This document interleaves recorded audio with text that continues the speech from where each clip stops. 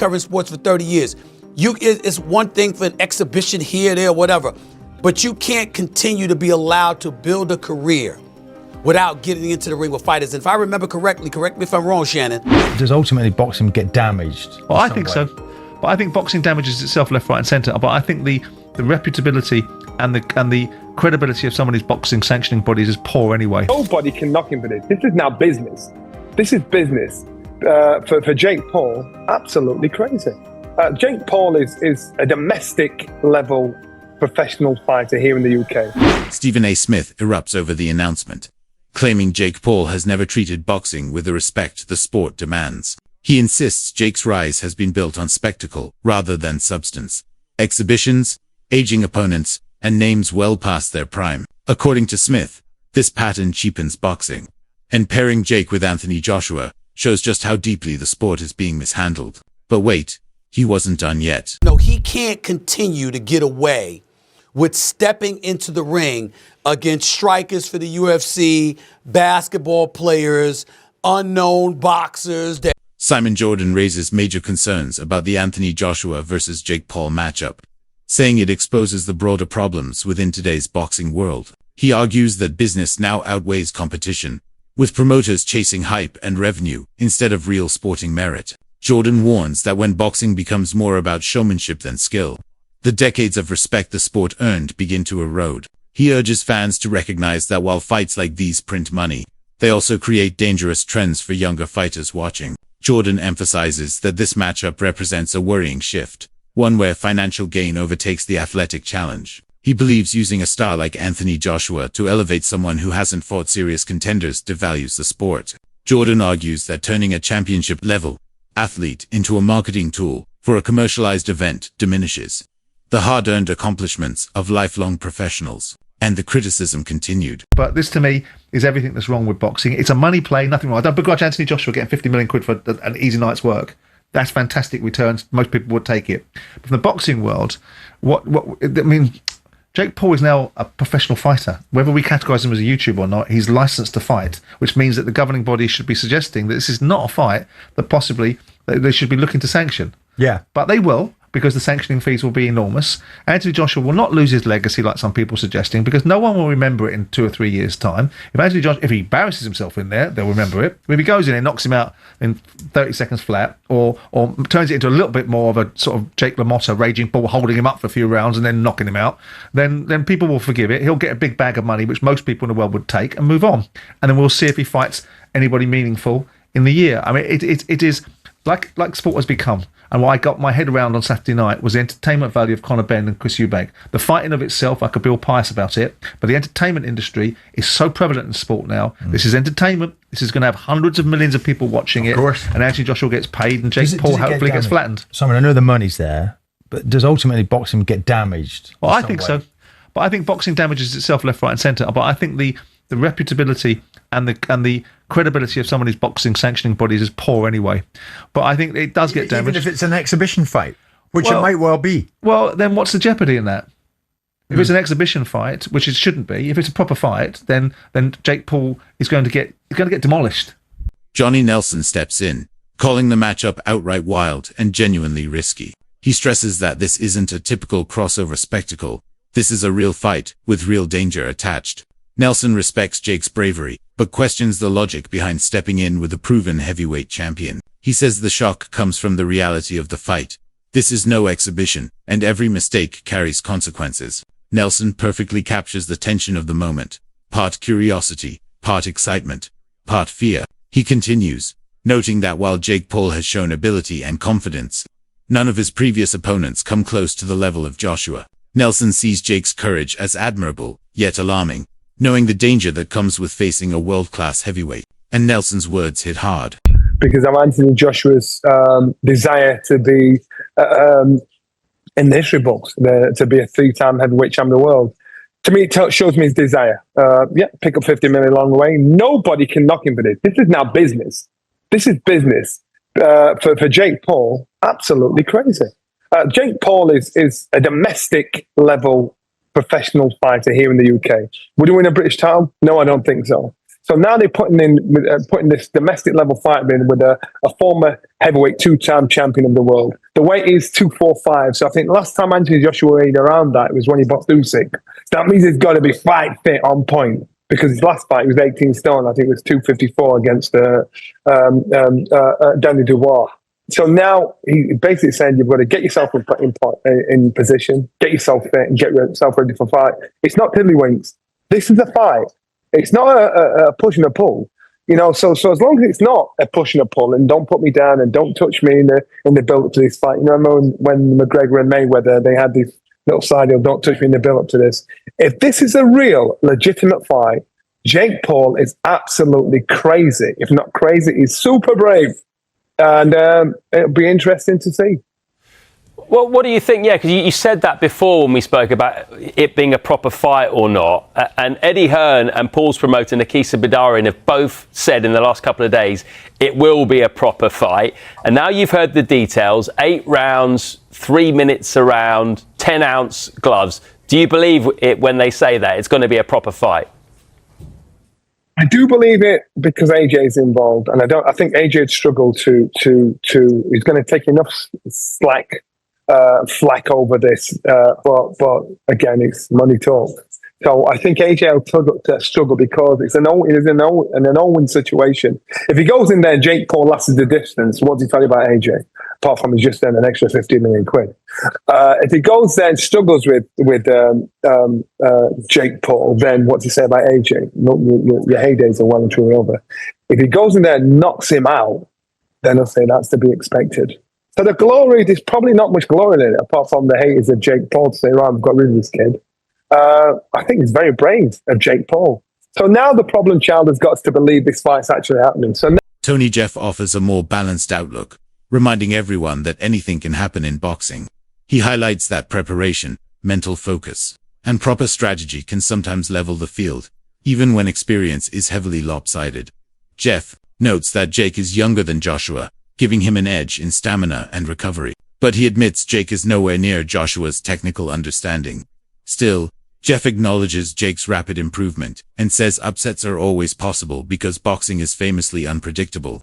Jeff also praises Jake's work ethic, emphasizing his commitment to conditioning and his willingness to learn. He believes the skill gap is still obvious, but maybe not as massive as critics claim. Discipline, preparation, and mental sharpness, he says, can soften even the biggest physical differences.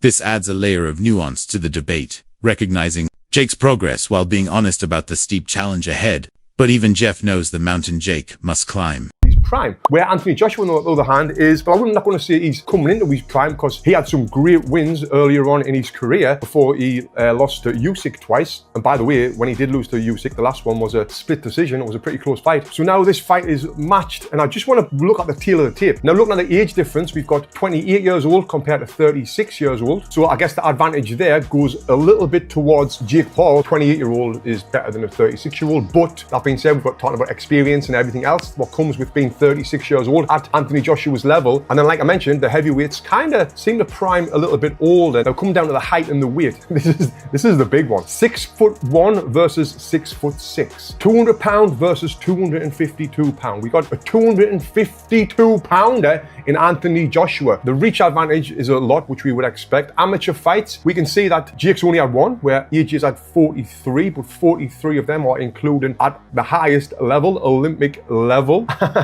And yes, he won the Olympic bloody gold medal, if I don't need to remind you. Then the pro record, Jake Paul has had 13 fights, lost 1. AJ has had 28 fights and he's lost 4 with 25 KOs. And the one person that Jake Paul lost to was Tommy Fury. Now, can we compare Tommy Fury with Anthony Joshua?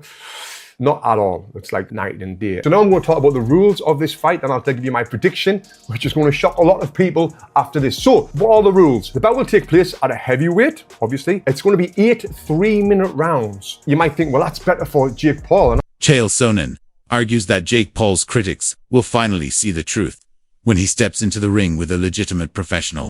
Sonnen says this matchup will expose whether Jake's previous achievements were genuine or inflated by hand-picked opponents. He believes this fight is the reality check that the public has been waiting for, a chance to discover where Jake truly stands in real competitive boxing. Sonnen frames this as a defining moment for Jake's career, and a revealing lens for crossover boxing as a whole. He adds that this test will attract scrutiny from seasoned analysts and fighters who have long questioned Jake's legitimacy. Sonnen says the spotlight will expose whether Jake's past success reflects true ability, or simply the lower level of his earlier competition. He insists the scrutiny is good for the sport, reinforcing standards and ensuring future debates are based on actual performance, not marketing hype. The pressure is building. Courage that it takes for Jake Paul to do this, as well as for Joshua. You know, this isn't Joshua's first time doing a spoof fight.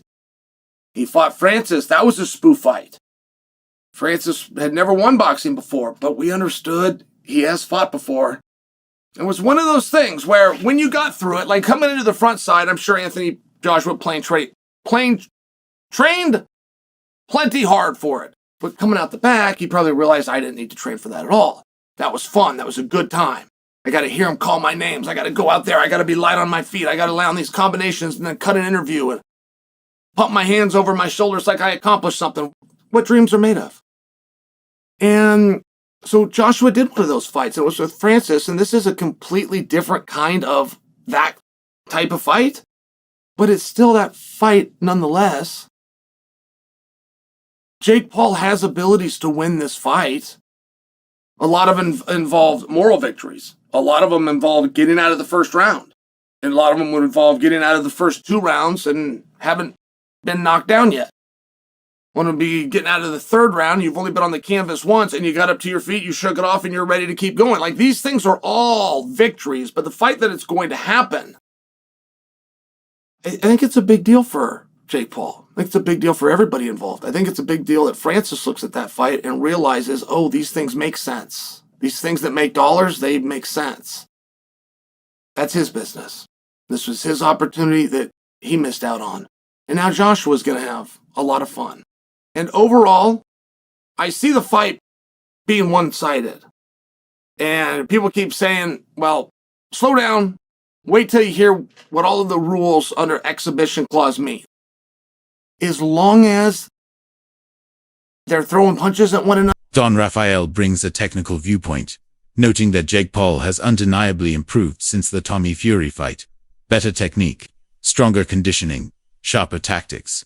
But Rafael is clear that progress still doesn't place him anywhere near Anthony Joshua's elite skill level. He stresses that the gap between a developing fighter and a former heavyweight champion remains enormous, and fans should adjust their expectations accordingly. Rafael's analysis gives Jake credit, while staying realistic about the mountain he faces.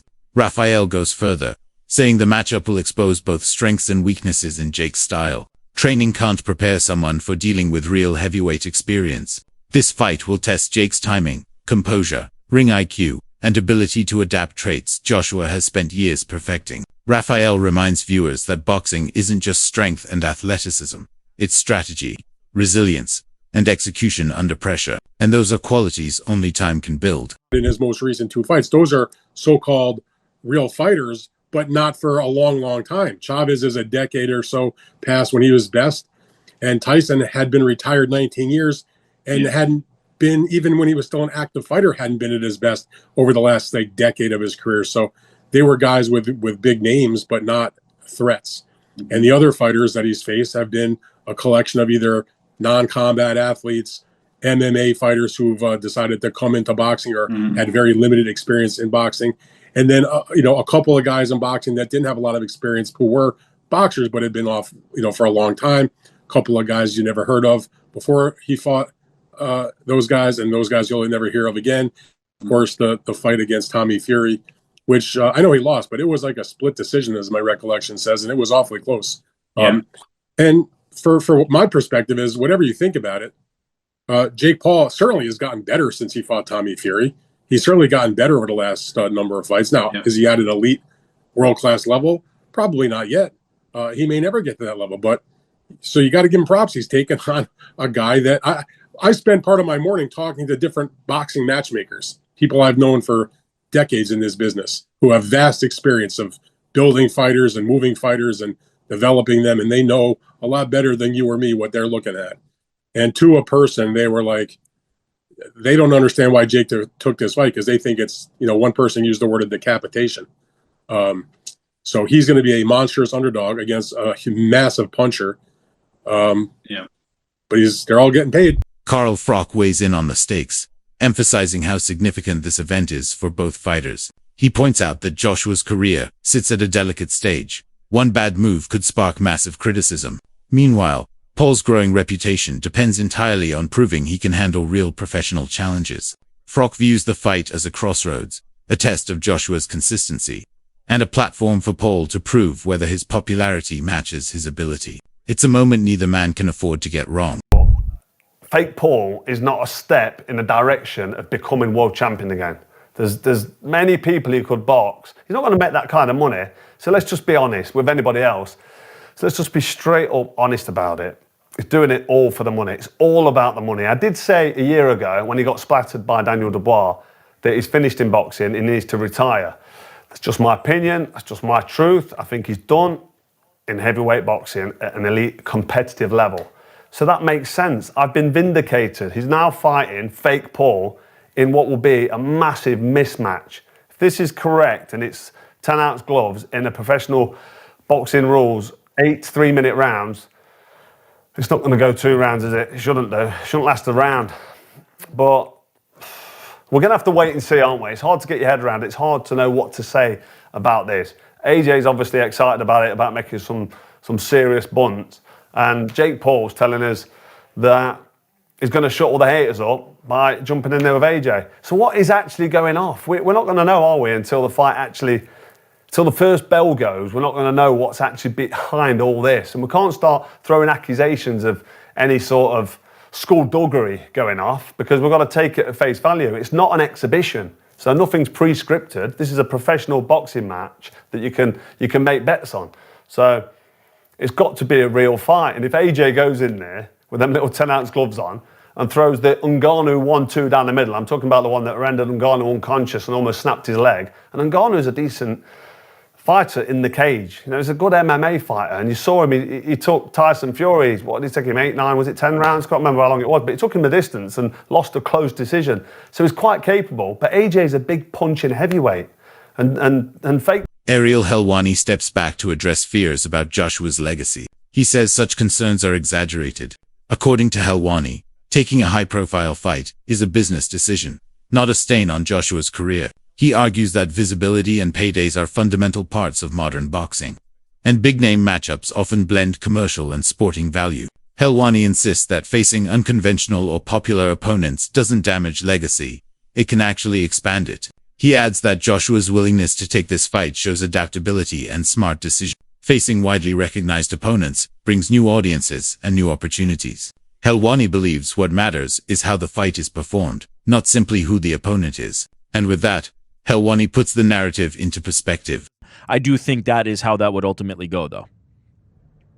What's your level of interest, Mr. Connor Burks? What do you think about this? How do you think people will receive this? Mr. Connor Burks, yeah, I am very interested in it. I'm already seeing the tweets and Instagram posts online that people definitely want to see this fight happen if Jake Paul is going to fight anyone. I can't imagine a fight that would garner more interest. It's a legitimate boxer in Anthony Joshua who has massive wins on his resume. He's much bigger than Jake Paul. He is a global superstar, and also he's going to be a massive favorite in it. To me, it just makes sense from a standpoint of if you're Jake Paul and you somehow pull this off and you beat Anthony Joshua, you silence all the doubters out there. You beat a guy in Anthony Joshua that you're not supposed to beat. And then if you're someone that doesn't like Jake Paul, you want to tune in to see him get knocked out, you put it on Netflix. To me, it makes a ton of sense from a visibility standpoint, from getting the most eyes on it. Obviously, you're never going to top the Tyson thing just because of who Mike Tyson is, but right now, especially on short notice with... That wraps up today's video. Stay tuned for more updates. Until next time.